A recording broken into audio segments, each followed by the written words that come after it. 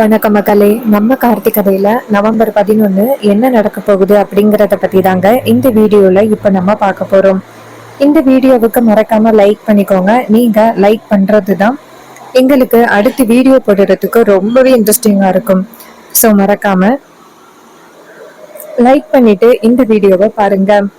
என்ன நடக்குது அப்படின்னா, ஊர் தலைவர்கள் எல்லாருமே ஈஸ்வரிய வந்து பாக்குறாங்க. ஈஸ்வரி எல்லாரையும் பார்த்து எதுக்காக இங்க வந்திருக்கீங்க அப்படின்னு கேட்க, ஊர் தலைவர்கள் சொல்றாங்க, அம்மா உங்க மேல நாங்க எல்லாருமே சேர்ந்து ரொம்ப பதிய போட்டுட்டோம். ஊரில் உள்ளவங்க சொல்றாங்க அப்படிங்கறதுக்காக நாங்களும் சேர்ந்து உங்க மேல இவ்வளவு பெரிய பழி போட்டது எங்களுக்கு ரொம்பவே வேதனையா இருக்குமா. எங்களை தயவு செஞ்சு மன்னிச்சிருங்க. அதுக்கு ஈஸ்வரி சொல்றாங்க, இங்க பாருங்க, நான் இப்ப அதை பத்தி பேசுறதுக்கு எனக்கு விருப்பம் இல்ல. ஏதோ நடந்தது நடந்து போச்சு. அம்மன் சிலைய நான் எடுக்கல அப்படின்னு நீங்க எல்லாருமே தெரிஞ்சுக்கிட்டீங்கல்ல, எனக்கு அது போதும். மத்தபடி நான் வேற எதுவும் கேட்க விரும்பல.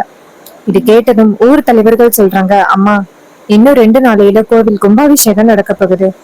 கோவில் கும்பாபிஷேகம் முடிஞ்சதோட முடியறதுக்கு முன்னாடி நீங்க கோவில் கும்பாபிஷேகத்துக்கு வந்துட்டா நல்லா இருக்கும். ஈஸ்வரி சொல்றாங்க, இங்க பாருங்க, என்ன ஊர் மக்கள் முன்னாடி ஊர் பஞ்சாயத்து வச்சு அவமானப்படுத்தினீங்க. அப்படி இருக்கையில என்னால எப்படி அந்த பஞ்சாயத்துக்கு வர முடியும்? என்னால வர முடியாது, கோவிலுக்கு வர முடியாது அப்படின்னு ஈஸ்வரி ரொம்ப பிடிவாதமா பேசுறாங்க. அப்ப வில்லி சொல்றாங்க, ஆமா, ஊர் பஞ்சாயத்துக்கு முன்னாடி அக்காவுக்கு திருட்டு பட்டம் கட்டிட்டு இப்ப அக்காவை கோவில் கும்பாபிஷேகத்துக்கு வர சொன்னா எப்படி வருவா? அதெல்லாம் வரமாட்டா.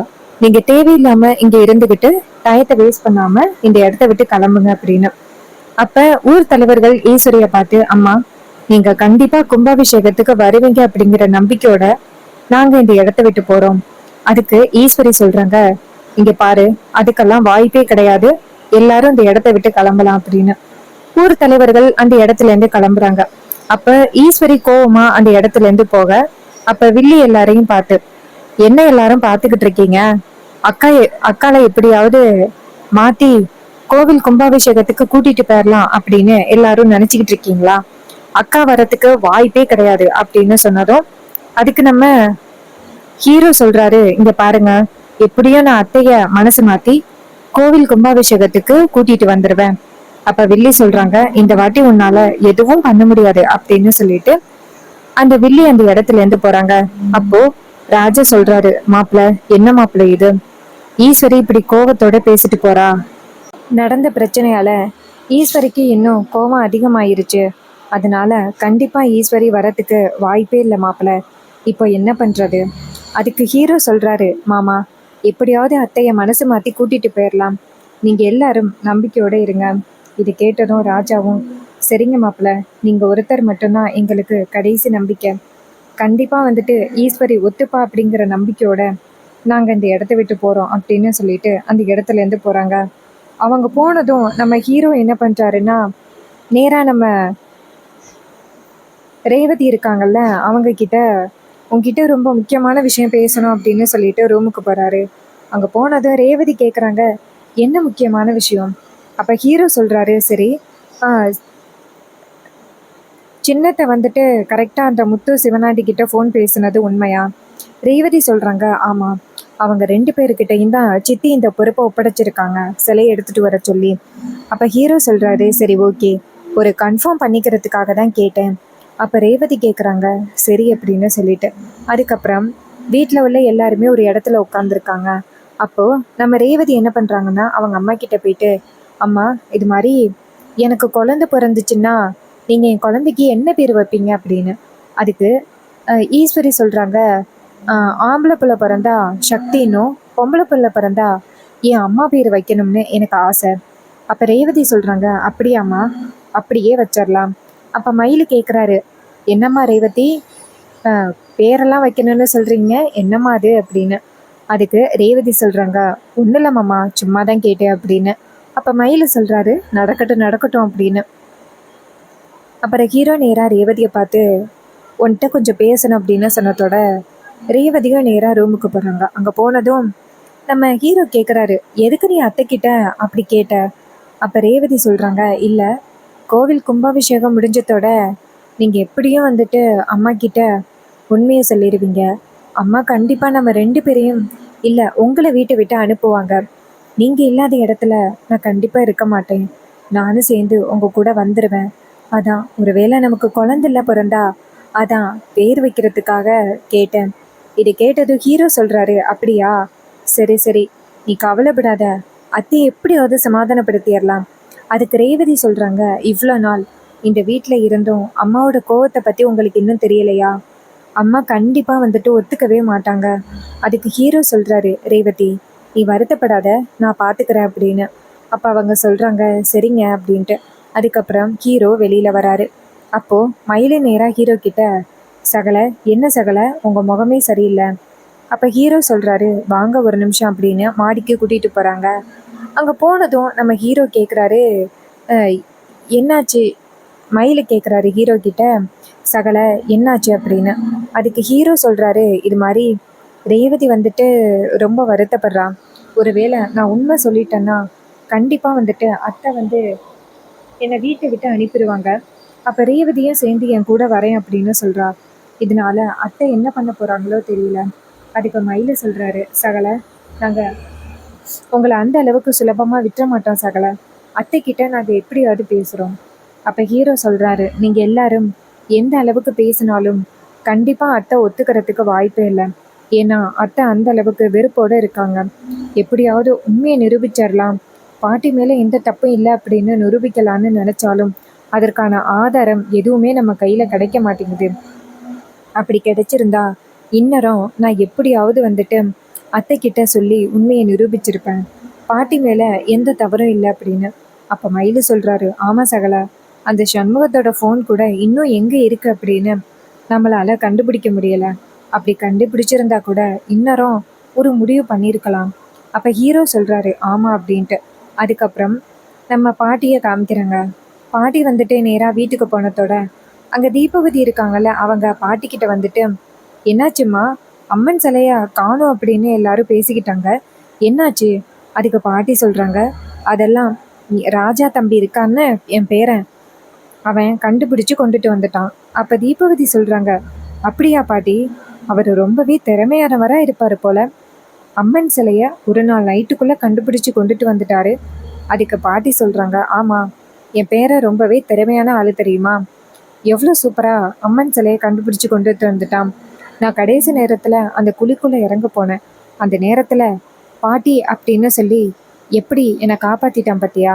அதுக்கு தீபாவதி சொல்றாங்க, சரிங்க பாட்டி, இவ்வளோ விஷயம் நடந்துகிட்டு இருக்கு, உங்க பேரன் ஏன் பாட்டி இன்னும் வரல? அப்ப பாட்டி கேக்குறாங்க, இங்க பாருமா, இப்ப எதுக்கு நீ அவனை பத்தி கேக்குற? தீபாவதி சொல்றாங்க, இல்ல பாட்டி, உங்களுக்கு இவ்வளோ பிரச்சனை நடக்குது, ஆனா உங்க பேரன் இன்னும் ஊருக்கு வரவே இல்லையா, அதான் கேட்டேன். 2 நாளையில கோவில் கும்பாபிஷேகம் நடக்க போகுது. அந்த கும்பாபிஷேகத்துக்கு அவங்க கண்டிப்பா வந்துதானே ஆகணும். அதான் பாட்டி கேட்டேன். ஒவ்வொரு இடத்துலயும் இப்ப கோவில் திருவிழா அப்படின்னா அவங்க சொந்தக்காரவங்க எல்லாருமே ஒரு வாரத்துக்கு முன்னாடி அந்த வீட்டுல வந்து தங்கி ரொம்பவே சந்தோஷமா இருப்பாங்க. ஆனா இங்க அப்படி எதுவுமே தெரியலையே, அதான் பாட்டி கேட்டேன். அப்ப பாட்டி சொல்றாங்க, இங்க பாருமா, நான் உன்கிட்ட சொல்லிட்டேன், தேவையில்லாம என்னோட தனிப்பட்ட விஷயத்திலயோ தனி குடும்ப விஷயத்திலயோ தலையிடாத அப்படின்னு சொல்லிட்டேன். நீ யாருமே இல்லை, அம்மைய கோவில்ல மயங்கி கிடந்த பாவம் அப்படின்ட்டு தான் உன்னை கூட்டிட்டு வந்த. நீ தேவையில்லாம இப்படி துருவி துருவி கேள்வி கேட்கறது எனக்கு பிடிக்கல அப்படின்னு. இது கேட்டதும் பாட்டி சொல்றாங்க, சரி சரி அப்படின்னு சொல்லி. அந்த தீபாவதி சொல்றாங்க, சரிங்க பாட்டிமா, நான் இதுக்கப்புறம் எந்த கேள்வியும் கேட்கல அப்படின்னு சொல்லிட்டு அவங்க அந்த இடத்துல இருந்து போறாங்க. அப்ப தீபாவதி நினைக்கிறாங்க, இந்த பாட்டி கிட்ட எந்த வகையிலையுமே நம்ம உண்மையை தெரிஞ்சுக்க முடியாது போலயே. நம்ம என்ன உண்மையை கேட்டாலும் இந்த பாட்டி ரொம்ப உஷாரா இருக்குதே, இவ பேரன் யாரு அப்படிங்கிறது தெரியக்கூடாது அப்படிங்கிறதுல ரொம்பவே பிடிவாதமா இருக்கு. இருக்கட்டும் இருக்கட்டும், இன்னும் 2 நாளையில கோவில் கும்பாபிஷேகம் நடக்க போகுது. அந்த கும்பாபிஷேகம் முடியறதுக்குள்ள இவளோட பேரன் யாரு அப்படிங்கிறத நம்ம கண்டுபிடிக்க தானே போறோம் அப்படின்னு தீபாவதி ரொம்ப ஸ்ட்ராங்கா இருக்காங்க. இன்னொரு பக்கம் நம்ம பாட்டி நினைக்கிறாங்க, இந்த பொண்ணு தீபாவதி என்ன எப்ப பார்த்தாலும் பேரனை பத்தி ஏதாவது ஒரு வகையில விசாரிச்சுக்கிட்டே இருக்காளே, கண்டிப்பா இதுக்கு பின்னாடி ஏதோ ஒரு காரணம் இருக்கு அப்படின்னு பாட்டி சந்தேகப்பட ஆரம்பிக்கிறாங்க தீபாவதி மேல. இன்னொரு பக்கம் அந்த வில்லன்களோட கூட்டத்தை காமிக்கிறாங்க. வில்லி வந்துட்டு நேரா அந்த வில்லன்கள் 2 பேரையும் வந்து சந்திக்கிறாங்க. அப்போ காளியம்மாளும் உட்காந்துருக்காங்க. அப்போ சித்தப்பா சொல்றாரு, மவனே, நம்ம என்ன பிளான் பண்ணாலும் எல்லாமே சொதப்பிடுதே, நம்ம என்னடா மவனே பண்றது அப்படின்னு. அதுக்கு சிவனாண்டி சொல்றாரு, சித்தப்பா, போன வாட்டி கோவில் கும்பாபிஷேகம் நடக்கும்போது தானே என்ன நடந்துச்சு, அந்த ஹீரோ இருக்கான்னா அவனோட அம்மாவை நம்ம கடத்திட்டோம். ஆனால் கோவில் கும்பாபிஷேகம் நடக்க போகிறதுக்கு முன்னாடி அவள் வந்து காலி ஆகிட்டா. அதனால தான் நம்மளால் உண்மையை நிரூபிக்க முடியல. ஆனால் இந்த வாட்டி ஏதாவது ஒரு வகையில் நமக்கு சாதகமாக ஒரு வாய்ப்பு கிடைக்கும். அந்த வாய்ப்பை பயன்படுத்தி அவன் யார் அப்படிங்கிற விஷயத்த நம்ம ஈஸ்வரி கிட்ட நிரூபிச்சிருவோம்.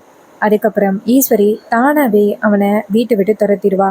இதை கேட்டதும் அந்த வில்லி சொல்கிறாங்க, என்னங்க, நம்மளும் இதே மாதிரி பல தடவை திட்டம் போட்டுட்டோம், ஆனால் அவன் தான் சுலபமாக தப்பிச்சிட்றானே.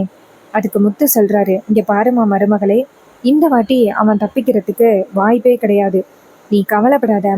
இதை கேட்டதும் அந்த வில்லி சொல்கிறாங்க, அப்படியா, உங்களோட திட்டம் என்ன? அதுக்கு அவர் சொல்கிறாரு, இங்கே பாரு, ஏதோ மூர்த்தி நம்ம மேலே கொஞ்சம் மரியாதை இருந்ததுனால அவன் என்னை பற்றி காட்டி கொடுக்காம போயிட்டான். அப்போ தானே அடுத்த வாட்டி அவன் கூட பிஸ்னஸ் பண்ணலாம். ஒருவேளை அவன் மட்டும் காட்டி கொடுத்துருந்தான் நம்மளோட கதி அதோ கதியாயிருக்கும். அதுக்கு வில்லி சொல்கிறாங்க, ஆமாங்க, நீங்கள் சொன்னது சரிதான் அப்படின்னு சொல்கிறாங்க. அதுக்கப்புறம் நம்ம ஹீரோ என்ன பண்ணுறாருன்னா, நேராக ரேவதி கிட்ட, இங்கே பாரு ரேவதி, நீ வந்துட்டு ரொம்பவே குழப்பப்படாத, பதட்டப்படாத, இங்கே என்ன நடந்தாலும் நான் பார்த்துக்கிறேன் அப்படின்னு. அப்போ ரேவதி சொல்கிறாங்க, இங்கே பாருங்க, உங்களை விட்டு பிரியிற மாதிரி சூழ்நிலை வந்துச்சு அப்படின்னா நான் கண்டிப்பாக உங்களை விட்டு இக்காலத்திலையும் பிரியவே மாட்டேன். எனக்கு வாழ்க்கையில் ரொம்ப முக்கியமான ஆள் அப்படின்னா அது நீங்கள் தான். ஸோ கண்டிப்பாக உங்களை விட்டு பிரியறதுக்கு வாய்ப்பே இல்லை. அதுக்கு ஹீரோ சொல்கிறாரு, இங்கே பாரு ரேவதி, நான் உங்ககிட்ட என்னோட காதலை சொல்கிறதுக்கு முன்னாடியே உனக்கு எந்த வகையிலையும் பிரச்சனை வரக்கூடாது, வருத்தப்படக்கூடாது, கஷ்டப்படக்கூடாது அப்படின்னு நினச்சி தான் நான் உங்ககிட்ட என்னோட காதலையே சொல்லாமல் இருந்தேன். ஆனால் நீ பிடிவாதம் பண்ணி தான் உன்னோட காதலையே என்கிட்ட சொன்ன. நானும் வேற வழி இல்லாமல் என்னோட காதலை ஒத்துக்கிட்டேன். ஆனால் இதுவே நமக்கு எதிர்காலத்தில் ஒரு பிரச்சனையாக வரும் அப்படின்னு நான் எதிர்பார்க்கல. அதுக்கு ரேவதி சொல்கிறாங்க, இங்கே பாருங்கள், நீங்கள் என்னை விட்டு பிரிய மாட்டீங்க அப்படிங்கிற ஒரு நம்பிக்கையால் தான் நான் இவ்வளோ நாள் இருக்கிறேன் அப்படின்னு. அதுக்கு ஹீரோ சொல்கிறாரு, கண்டிப்பாக உன்னை விட்டு பிரிய மாட்டேன் ரேவதி, நீ கவலைப்படாத அப்படின்னு சொல்லிட்டு ரேவதியை ஹக் பண்ணுறாரு. அப்போ ரேவதி ரொம்ப சந்தோஷப்படுறாங்க. எப்போவுமே இவர் நம்ம மேலே இந்த அளவுக்கு பாசத்தோடு இருந்தால் போதும், ஆனால் அம்மாவை தான் எப்படி மீறி நாங்கள் 2 பேரும் வாழ போகிறோன்னு தெரியல அப்படின்னு ரேவதிக்கு ஒரே கவலையாக இருக்குது. இன்னொரு பக்கம் வில்லி என்ன பண்ணுறாங்கன்னா, நேராக அவங்க அக்காக்காரியை போய் பார்க்குறாங்க. அப்போ ஈஸ்வரி கேட்குறாங்க, சொல்லுமா. அதுக்கு வில்லி சொல்கிறாங்க, அக்கா பாத்தியாக்கா, அந்த ஊர் மக்கள் எல்லாருமே உன்னை எந்த அளவுக்கு அவமானப்படுத்திட்டு கடைசியில் ரொம்ப நல்லவங்களாம் வந்துட்டு என்ன பேசுகிறாங்க பத்தியா. ஏதோ தெரியாமல் நடந்துருச்சா, அதனால மன்னிப்பா, 2 நாளையில் நடக்க போகிற கோவில் கும்பாபிஷேகத்துக்கு நீ வரணுமா. இதெல்லாம் சரியாக்கா? அவங்க பண்ணுறது கொஞ்சம் கூட சரியே இல்லைக்கா, ரொம்ப ஓவராக பண்ணுறாங்க, நீ போகவே கூடாதுக்கா. அதுக்கு ஈஸ்வரி சொல்கிறாங்க, இங்கே பாரு, நான் கண்டிப்பாக போக மாட்டேன், அதில் எந்தவித மாற்றமும் இல்லை. அதுக்கு வில்லி சொல்கிறாங்க, இல்லைக்கா, உன் மருமக இருக்கான்னு அந்த டிரைவர், உனக்கு தான் டிரைவர்னு சொன்னால் பிடிக்காதே, உன் மருமக ராஜா கண்டிப்பாக வந்துட்டு உன்னை மனசு மாற்றி அங்கே கூட்டிகிட்டு போயிடுவான், நீ வேணும்னா பாரு நடக்கும். அதுக்கு ஈஸ்வரி சொல்கிறாங்க, இங்கே பாருமா, அப்படியெல்லாம் நடக்கிறதுக்கு வாய்ப்பே இல்லை. ஏன்னா இந்த வாட்டி நான் மாப்பிள்ளை கிட்ட கடுமையாக சொல்லிட்டேன், இந்த விஷயத்தில் கண்டிப்பாக என்னை வந்து கட்டாயப்படுத்தாதீங்க, இதில் என்னோட முடிவு தான், இதில் எந்தவித மாற்றமும் இல்லை அப்படின்னு நான் மாப்பிள்ளை கிட்ட சொல்லிட்டேன். அதனால மாப்பிள்ளை கண்டிப்பாக இந்த விஷயத்தில் என்னை கட்டாயப்படுத்த மாட்டார், அவர் கண்டிப்பாக என்னை கட்டாயப்படுத்த மாட்டார் அப்படின்னு ஈஸ்வரி சொல்கிறாங்க. அதுக்கு வில்லி சொல்கிறாங்க, அக்கா நீ தான் அப்படி நினச்சிக்கிட்டு இருக்க, ஆனால் வேணும்னா பாரு, உன் மாப்பிள்ளை அன்னைக்கு வந்து உன்கிட்ட உன்னை கட்டாயப்படுத்துவான் பாரு, கண்டிப்பா நீ அந்த கும்பாபிஷேகத்துக்கு வரணும் அப்படின்னு சொல்லிட்டு உன் மாப்பிள்ளை ரொம்பவே கட்டாயப்படுத்த போறான், நீ பார்க்க தானே போற அப்படின்னு. அதுக்கு ஈஸ்வரி சொல்றாங்க, இங்க பாரு சந்திரா, நானே பல குழப்பத்துல இருக்கேன், நீ தேவையில்லாம என்ன மேலும் மேலும் குழப்பாத அப்படின்னு சொல்ல வில்லி சொல்றாங்க, அக்கா என் மனசுல இருக்கிறத தான் சொன்னேன், அதை கூட உன்கிட்ட சொல்லக்கூடாதா அப்படின்னு சொல்லிட்டு வில்லி அந்த இடத்துல இருந்து போறாங்க. வில்லி அந்த இடத்துல இருந்து போனதோட நம்ம ஈஸ்வரி அப்பதான் யோசிக்கிறாங்க, ஒருவேளை மாப்பிள்ளை நம்ம மனசை மாத்துறதுக்கு ஏதாவது முயற்சி பண்ணுவாரோ, சரி இருக்கட்டும் நம்ம பாத்துக்கலாம் அப்படின்னு நினைச்சிட்டு நம்ம ஈஸ்வரி நினைக்கிறாங்க. இந்த ஸ்டோரி உங்களுக்கு பிடிச்சிருக்கா? இந்த ஸ்டோரி பிடிச்சிருந்துச்சுன்னா இந்த வீடியோவுக்கு மறக்காம லைக் பண்ணிக்கோங்க, நம்ம சேனலை சப்ஸ்கிரைப் பண்ணிட்டு பக்கத்துல உள்ள பெல் ஐகானையும் கிளிக் பண்ணி ஆல்னு செட் பண்ணிக்கோங்க. அப்பதாங்க அடுத்த வீடியோ போடும் பொழுது உங்களுக்கு நோட்டிபிகேஷன் வரும், பார்க்கலாம். தேங்க்யூ ஃபார் வாட்சிங்.